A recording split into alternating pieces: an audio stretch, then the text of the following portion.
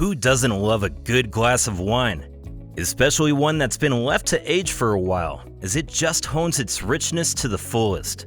Many people have become avid drinkers of wines, and some of you watching this video might be one of them. Wine is amazing and has been known to have great effects on the mind and body when it is taken in moderate quantities. That's right, I'm not referring to being a full-time alcoholic. While wines are still loved and greatly consumed in this present day and age, there might be a couple of people who have no idea how these wide varieties of colorful and intoxicating beverages come about. Those who have any idea only know that these drinks are made from grapes, and that's it. However, there's more to grapes than just being used to make different types of wine. I mean, being the center of several events and celebrations means that grapes should be classified as one of the most important fruits in the world today. Today on Need for Knowledge, we go behind the scenes to see how grapes are grown and processed and how Welch's grape juice is made. Grapes aren't your regular fruits that grow singly from a vine. Instead, this fruit grows on a vine in clusters or bunches of 15 to 300 and can be purple, crimson, pink, yellow, orange, green, dark blue, and black. Considering the characteristic colors of these grapes, you're probably wondering where white wine is gotten from. White wine is made from white grapes, which are actually green grapes that are an evolutionary cousin of purple grapes. These white grapes experience mutations that prevent the production of anthocyanins, a water-soluble pigment responsible for the varying color of grapes, going from red to black. However, anthocyanins don't work alone as they combine with other pigment chemicals of the bigger family of polyphenols in purple grapes and are responsible for the different shades of purple in red wines. Grapevines grow very well in warm, sunny regions with free draining soil and should be planted in early spring. This fruit is attractive and productive and can be trained to grow along walls, fences, or over pergolas. Grapes can often be eaten raw or converted into other products such as wine. The wine varieties are cultivated successfully in milder areas, while the sweeter desert grapes thrive better in a greenhouse for better and more reliable development, especially in northern regions. Newly planted grapevines should be watered regularly throughout the planting season to help them settle in. While established grapevines are pretty drought tolerant, but could suffer from fungal disease if the roots are too dry. As a result, you should water them every 7 to 10 days during the planting season to keep them in tip-top shape. Mulching should also be done around the base of the plant in spring, using gravels or stones to prevent drying of the soil, improve warming of the soil, and suppress weed growth. Once the grapevines start producing fruit, it's important to prune them. This is because if you have too many old canes on your grapevines due to infrequent pruning, it will affect your harvest significantly. However, if you prune your grapevines completely, you will get new growth but fewer bunches of grapes. Grapevines are pretty vigorous plants, and if they're left to their own devices, they will outgrow their bounds and produce lots of lush leafy growth. So, to keep them in check and maximize fruiting, you will need to train them on supports and prune them carefully. Pruning should be done in late winter, usually around March when the plant is dormant.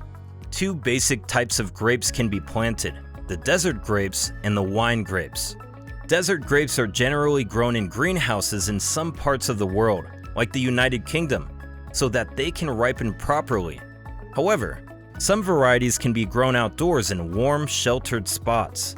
They can also be cultivated in a large container kept in the greenhouse during the planting season and should be subsequently moved outdoors in the winter because grapevines require a period of cold to bring about dormancy. On the other hand, wine grapes are grown outdoors in a warm, sheltered, sunny site with any soil, provided it is well drained. Grapes are considered ripe and ready for harvest when they are full-flavored, juicy, rich in color, and easily crushed, and they should be tightly attached to the stems. They can be stored for about 6 weeks in crates or cardboard boxes lined with clean, dry straw in a cellar. However, they should be kept separate from other fruits and vegetables as grapes tend to absorb the odors of these other fruits and vegetables. After harvesting, grapes can then undergo further processing to be turned into the products of your choice. Usually, this fruit is often processed to form grape juice and wine, and one of the most popular companies that specialize in that process is Welch Foods Inc. This company was founded by Thomas Bromwell Welch, a British-American physician and dentist who in 1969 pioneered the method of pasteurizing grape juice to stop the fermentation process that turned it into alcoholic wine. How dare you? Just kidding. A couple of years earlier, Thomas Welch relocated to Vineland, New Jersey to create his own alcohol-free utopian society.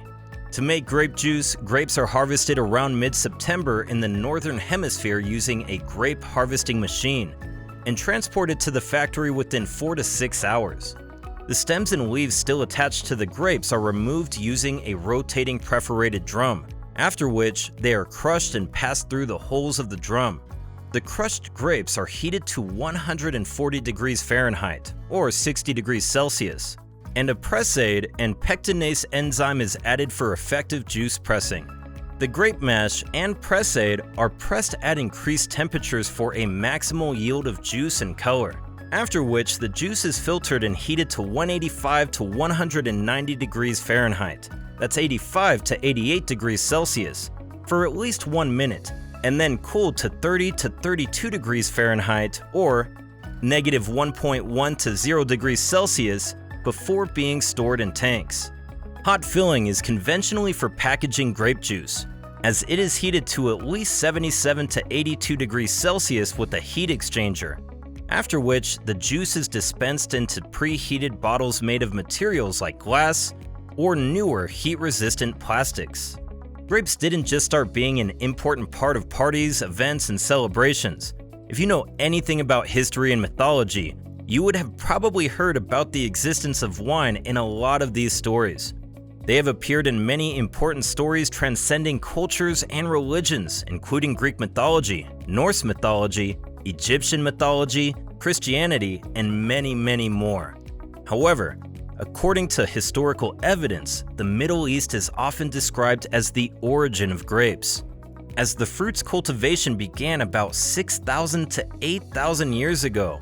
What made this fruit so interesting was the yeast on its skin, which led to the discovery of alcoholic beverages such as wine.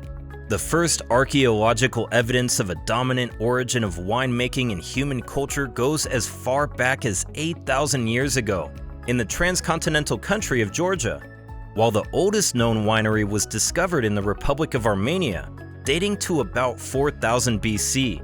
Ancient Egyptian hieroglyphics were another definite record of the cultivation of purple grapes, and history confirms that the ancient Greeks, Romans, Phoenicians, and Cypriots cultivated purple grapes for their consumption and wine production. The cultivation of grapes would subsequently spread to other parts of Europe, Northern Africa, and ultimately to North America. Commanderia, a sweet desert wine also from Cyprus, is considered the oldest manufactured wine on the planet, as its origins date as far back as 2000 BC. What other amazing brand of grape juice do you know? Leave your answer in the comments section below. Thank you for watching this episode of Need for Knowledge, and we will see you in the next one. Don't forget to hit the like button and subscribe for new videos.